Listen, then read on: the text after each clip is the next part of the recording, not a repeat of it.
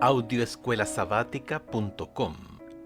Viernes 21 de julio, para estudiar y meditar. Detrás de la epístola a los Efesios, hay una historia que a menudo se repasa a medias, o se hace alusión a ella. Los principales acontecimientos de la narración son los siguientes. 1. La elección divina de la gente desde antes de la creación del mundo. Efesios capítulo 1 versos 4, 5 y 11. 2. Su existencia pasada y perdida. Efesios capítulo 2 versos 1 al 3, versículos 11 y 12. Capítulo 4 versos 17 al 19 y 22. Capítulo 5 verso 8. 3. La intervención de Dios en Cristo para salvarla. Efesios capítulo 1 versos 7 y 8. Capítulo 2 versos 4 al 6, versículos 13 al 19. Capítulo 4 verso 1, versículos 20 y 21. Capítulo 5 versos 2, 8, 23, 25 y 26. 4. Su aceptación del Evangelio. Efesios capítulo 1 versos 12 y 13 e implícita en otras partes. En otro tiempo, sin esperanza. Efesios capítulo 2 verso 12. Ahora posee la misma esperanza hacia la cual avanzan los creyentes. Efesios capítulo 4 verso 4. Comparar con Efesios capítulo 1 verso 18. 5. La vida actual de los destinatarios como discípulos, aunque viven en una época plagada de peligros y oposición por parte de los poderes malignos, pueden recurrir a los recursos que les ofrece su exaltado Señor.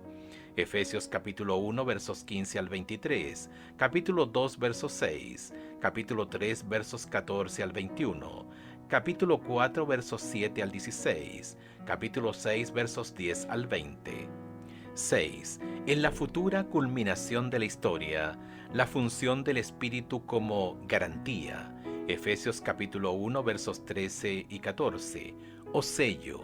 Efesios capítulo 4 verso 30, llega a buen término. En este momento culminante, los destinatarios serán recompensados por su fidelidad al tomar posesión de la herencia que ya les fue otorgada en Cristo. Efesios capítulo 2 verso 7, capítulo 6 versos 8 y 9, y por su fe en Cristo se les otorgará un lugar en la era cristocéntrica venidera.